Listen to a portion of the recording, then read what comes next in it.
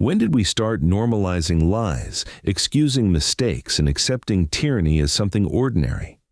What happened in the Soviet Union under communist rule could happen in any country in the world, and the Russian writer Alexander Solzhenitsyn has a lesson for all of us.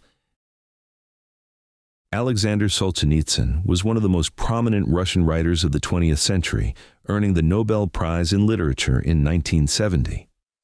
Having witnessed and suffered under the brutal Soviet regime during Stalin's rule, he experienced firsthand some of the darkest realities of a communist dictatorship.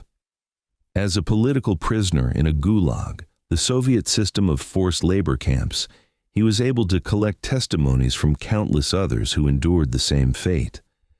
These accounts became the foundation of his monumental work, the Gulag Archipelago, originally published in several dense volumes.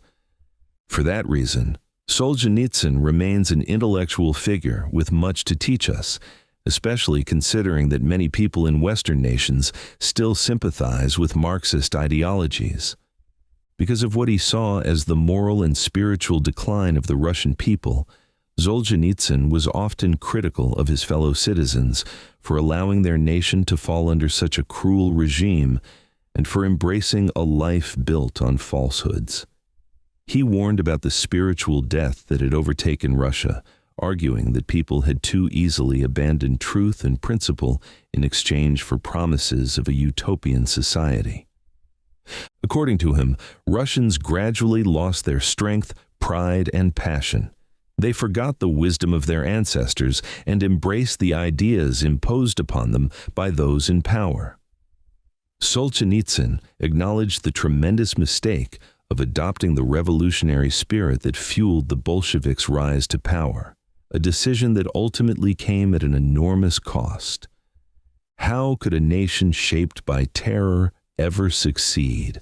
How could a country ruled by despots making promises they could never fulfill become a model of justice and solidarity?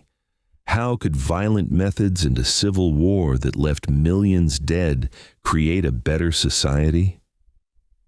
Solzhenitsyn reached a powerful conclusion. We now know that the vileness of the means produces the vileness of the result. Let our hands be clean. He came to believe that the greatest evil afflicting the Russian people was not merely violence itself, but the acceptance of lies. Lies became the foundation upon which the tyranny of Lenin, Stalin, and other communist rulers was built. On this subject, Solzhenitsyn wrote, "When violence bursts into peaceful human life, its face glows with self-confidence. It displays its banner and proclaims, 'I am violence. Make way, stand aside, or I will crush you.' But violence grows old quickly. A few years pass and it loses its certainty. To sustain itself and appear respectable, it inevitably calls upon its ally, falsehood. Violence has nothing with which to cloak itself except lies, and lies can survive only through violence. Violence does not strike every shoulder every day. It asks only for our submission to falsehood, our daily participation in deceit, and that alone is enough to secure our loyalty." Solzhenitsyn concluded that the key to liberating the suffering Russian people from Soviet rule was personal responsibility. Individuals had to refuse participation in the collective lie that had been imposed upon society. His message to people around the world, and especially to those living in the West, is not difficult to understand. We must never allow in our own countries what happened in his homeland.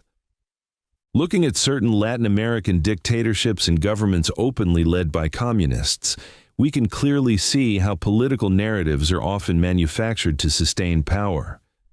These so-called leaders, who are in reality arrogant tyrants, have no real solutions to improve people's lives. Their primary objective is power itself.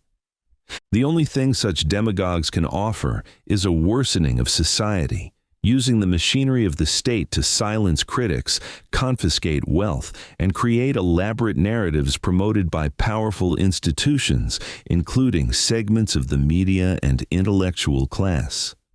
Solzhenitsyn condemned the cowardice that allowed Russia to be completely controlled by communists.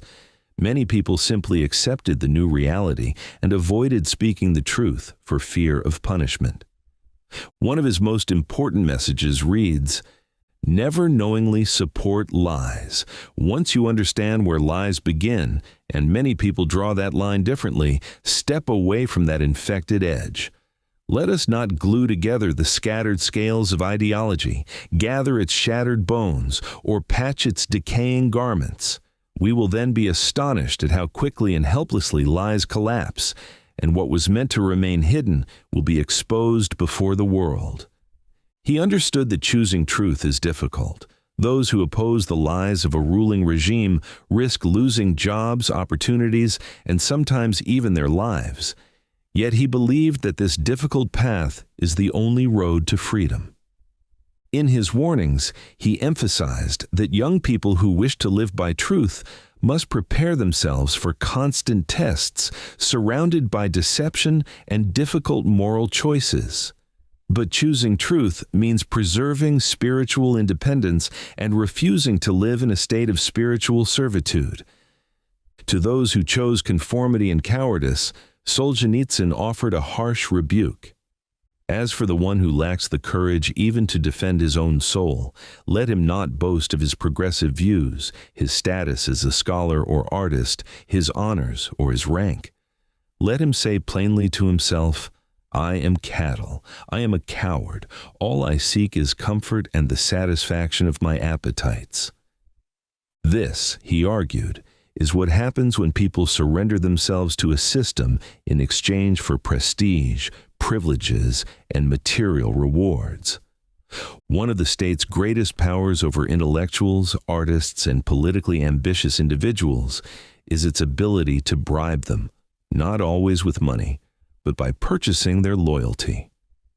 Throughout history, political elites have frequently secured support through public positions, subsidies, honors, and special privileges. Convincing people to pursue virtue and morality has always been difficult, especially when government incentives reward the opposite behavior. Even in the private sector, those who develop corrupt relationships with politicians often gain advantages more quickly than honest competitors. Nevertheless, the message of truth must continue to be spread. Over time, more honest individuals with strong moral character can inspire countless others to follow the same path. Governments have always been minorities. Even armies and police forces are smaller than the millions of citizens who make up a nation. Could Hitler or Stalin have built oppressive regimes entirely on their own? Of course not. These genocidal dictators relied on the support of millions, whether fanatical followers or passive bystanders who chose silence in the face of injustice. No government, regardless of how powerful it may appear, can survive without some degree of public support. That is why it must control narratives, influence the press, and attack dissidents. Every abuse of power begins gradually. It first targets specific individuals who have been vilified and demonized through propaganda. Their opponents applaud, compliant journalists defend authoritarian measures, and society looks away. But eventually, because tyranny has no natural limits, its brutality expands to everyone. Many people are willing to keep the machinery of state violence running. Some seek personal rewards, government positions, or special privileges. Others simply lack the ability or the willingness to think critically, recognize reality, and challenge the mistakes of ruling elites. Such individuals have surrendered so completely to falsehood that they can no longer recognize reality itself. After years of studying the suffering inflicted upon Russia under communism, Solzhenitsyn reached what he considered his final conclusion. Men have forgotten God. That's why all this has happened. He argued that once people lost sight of the divine dimension of life, they became capable of accepting and even defending the great crimes of the 20th century.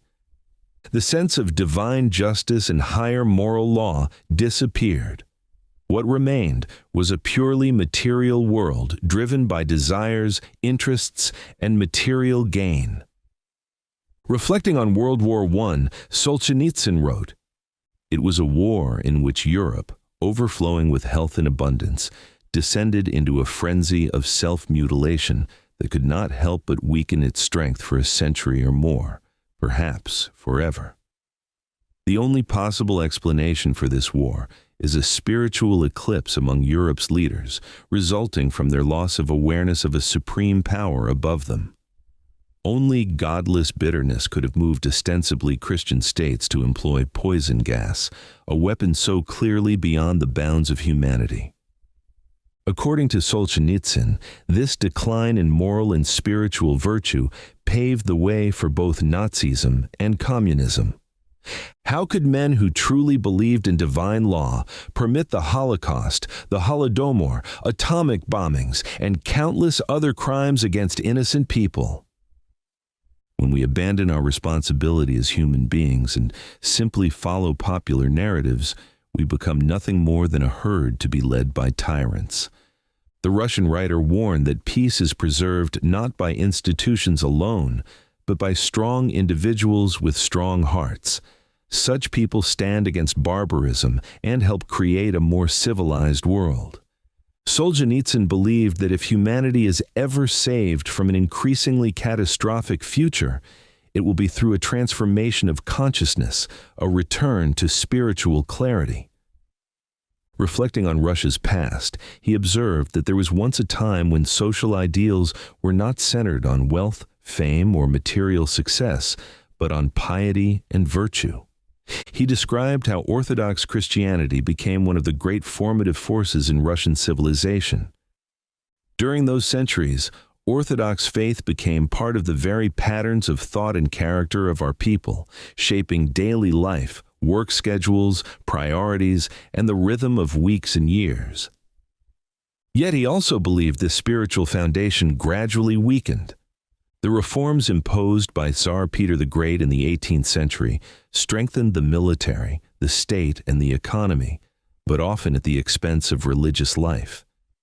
As Solzhenitsyn explained, along with this unbalanced Petrine enlightenment, Russia felt the first breath of secularism. Its subtle poisons spread through the educated classes during the 19th century and prepared the way for Marxism. By the time of the revolution, Russia's educated circles had virtually lost their faith, and among the common people, spiritual health was already endangered. Solzhenitsyn viewed Marxism as deeply hostile to religion and believed that its most fundamental driving force was hostility toward God. He also referenced the insight of Fyodor Dostoevsky, who warned that revolution must necessarily begin with atheism. In Solzhenitsyn's view, militant atheism is not merely incidental to communist policy. It is not a side effect, but its central pivot. To achieve its goals, communism requires a population stripped of religious and national consciousness. This necessitates the destruction of both faith and nationality. He documented the persecution of religious believers under Bolshevik rule. During the 1920s, many of the first victims of the revolution were Orthodox clergy. Bishops, priests, monks, and nuns were executed, imprisoned, or sent to labor camps. Later, under Stalin, collectivization and dekulakization led to the deaths of millions of peasants and were viewed by Solzhenitsyn as attempts to destroy traditional life and religious identity. Yet, despite the immense power of communist regimes and their military strength, Solzhenitsyn believed they were ultimately incapable of defeating Christianity. Although religious freedom exists in much of the West, he also warned of a growing decline in religious consciousness caused by centuries of secularization. In the end, he argued that the central question of human existence remains the same. Will we choose truth or falsehood, good or evil? For this reason, Solzhenitsyn believed that modern societies would never solve their deepest problems without reconnecting to the spiritual dimension of life, a return to what he called an awareness of the Creator.